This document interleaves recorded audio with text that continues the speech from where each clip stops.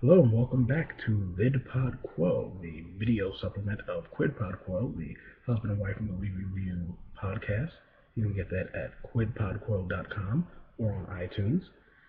I'm here to discuss the Dark Knight Rises.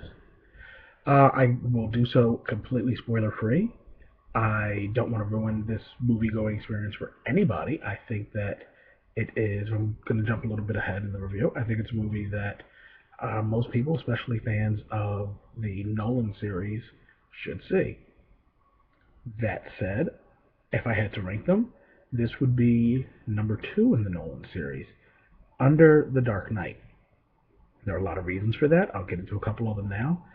I think actually the main culprit is the fact that they went in with the idea that this is going to be the end of a trilogy. They bring in a lot of new characters. They bring in a lot of new actors to play these characters. And they bring a lot of stuff to do. We have an almost 3 hour running time, which you don't really feel, but it's still a lot of film to watch in one sitting. You have a lot of characters that, unfortunately, regardless of the actors playing them, because I'm a fan of pretty much every actor in this movie, there's a lot of characters that don't have a whole lot to do because of the simple fact that you can't give everything to everyone. There are one or two characters that have a lot to do, and they do it admirably, but some of the other characters, not so much. Again, that's a writing issue. It's not about the actors. The actors were all great. They just didn't have enough of a chance to show what they can do and to really shine. The direction of the film, very competent, but it also felt very comic booky. I don't mean that as an insult. I love comic book movies, but the first movie in this series, the Batman Begins, felt like a mob crime drama with a couple fantastical elements here and there. The Dark Knight felt like a psychological thriller with a couple of crime elements thrown in here and there. This feels like a comic book movie. I mean, there's no denying it. This feels like a sort of wham bam, thank you ma'am comic book movie. Nothing against it. Love the Avengers for that same thing. Not what I was expecting necessarily from a Christopher Nolan comic book movie. And I think part of the reason it feels like a comic book movie is because, unlike The Dark Knight, and even unlike Batman Begins, but to a lesser extent, there really isn't an underlying idea or hook for the writing, for the characters, for the plotting. It seems mostly like they're setting up dominoes and we're watching them tip down. It's fun to watch them tip down. It's fun to guess where the branches of the domino trail are going to go. But at the end of the day, this is a movie about setting up dominoes and knocking them down. Hell, it's not really even about setting up the dominoes. It's about setting up the last two or three dominoes that the first two movies did, and then knocking the whole thing down.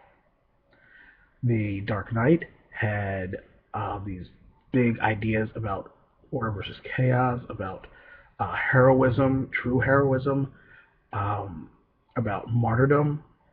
Even Batman Begins had ideas about vengeance and what that can do to a person. And this, it really doesn't have any big ideas behind it, which is very disappointing. I go into a Christopher Nolan movie, regardless of whether it is about Batman or about 19th century magicians, or if it's about a guy who's hunting down his wife's killer, possibly, I go into those expecting big ideas because that's what he's known for. He brings big ideas to the table, and it's a joy to watch him unravel them. We didn't really get any big ideas with this one, and that's going to be a disappointment, I think, to a lot of people. Like I said, it's a good movie. It doesn't feel like a Christopher Nolan Batman movie. I have no background information on this, but I almost wonder if there was some sort of studio finagling. I know famously Warner Brothers has stepped back and said, Nolan, you do what you do, and we will not put anything. We will not put any sort of restrictions or demands on you. But I sort of feel like there might have been some coming forward out of this. Again, I feel bad because I'm not trying to bash the movie. It's a good movie. It's a really good movie. It's a really really good movie. But it doesn't feel like a Nolan Batman movie to me. It looks like a Nolan Batman movie. Wally Pfister is on his game. A game. Brings it every time. But it doesn't feel like it. I don't really feel any ideas that are going to stick with me afterward. Sort of like, to compare it to Prometheus, which didn't look like Alien. It didn't necessarily feel like Alien. But at the end of the day, it had ideas that still haven't hooked into me almost 2 months later. And with this, it's good. It's fun. I'm going to own it, when it comes out on Blu-ray or whatever. But